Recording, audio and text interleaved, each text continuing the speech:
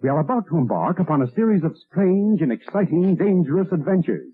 Adventures that will lead us to all parts of the world. Hello and welcome to another Bad Comic Review. This time we are looking at Batman issue 230. This is from the 1940 series and this issue came out around April 1971. Now this does have a really awesome cover by Neal Adams with inks by Dick Giordano. And the main story is the takeover of Paradise, written by Frank Robbins, art by Irv Novick and Dick Giordano. And in this one, Batman brings two rival groups together to create the Brave Barons, and they are sort of a community service group. They have little outfits and berets, not unlike the Guardian Angels in New York, but they don't really fight crime. They just sort of clean up the neighborhood. And one day, about a year after their formation, where Batman has been working pretty closely with them, they decide to take over a newly developed high-rise because they were promised more affordable housing, and instead this luxury building got built. So they want to take it over, and they created this material that's very explosive, disguised it as a chain to surround the building. Just go with that. And they're trying to get their point across, but the two leaders who were initially enemies begin arguing over how far they should go. One of them wants to actually destroy the building, the other one just wants to bring awareness to the issue. Well, one of them ends up dead when they're fighting, but it's a little unclear who actually killed the man. So the victim, known as Rap, appears to have been killed by Shades, but Batman suspects otherwise. And the actual killer is something of a slight twist,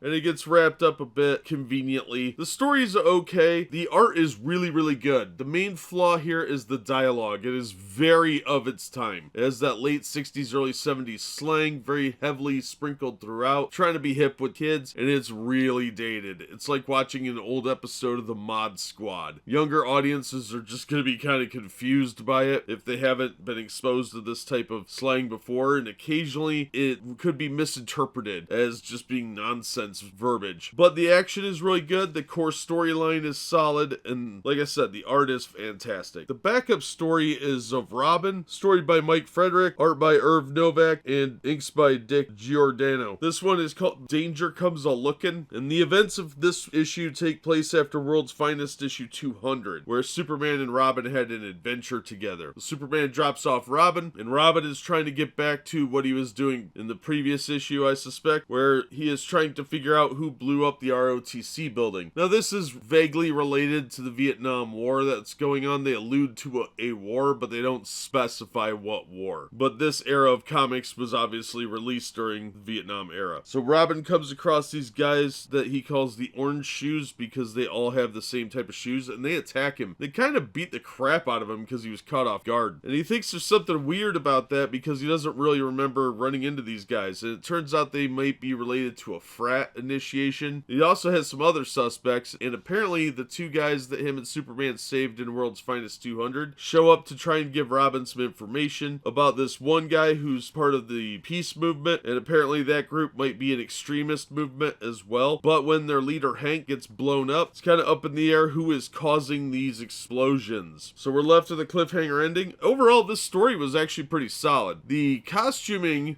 that they're wearing is a bit ludicrous because it's very style of the time. Robin's wearing an ascot in his civilian clothes, and it looks very silly. And of course the hippies look very much like 60s hippies, so they're a bit generic looking. And of course it also makes them look very locked in that time period. They're very of the 1960s to 1970s era. But overall, I thought the story was pretty solid. So as a backup story especially, it was pretty good. Overall, I'm going to recommend this. I thought it was a lot of fun to read. The dialogue is a killer on that main story with Batman, though. That is just kind of painful. But it was still pretty fun, and the cover is really cool. Even though the guys in the gang are mostly white, and they have green berets instead of red, it was still a pretty fun story. So if you can find a copy of this at a reasonable price, I'd say pick it up. It's a pretty fun read, especially for its era. And it's a solid self-contained Batman story. The Robin story is an ongoing serial, apparently, so that wasn't too bad. And I am looking forward to reading the next issue. So that's going to do it for this one. Thank you so much for listening and supporting the channel. If you enjoyed the video, please hit the like button and don't forget to subscribe so you don't miss future reviews. If you'd like to help the channel out in other ways, links are in the description to various support methods. And as always, we hope to see you on the next one.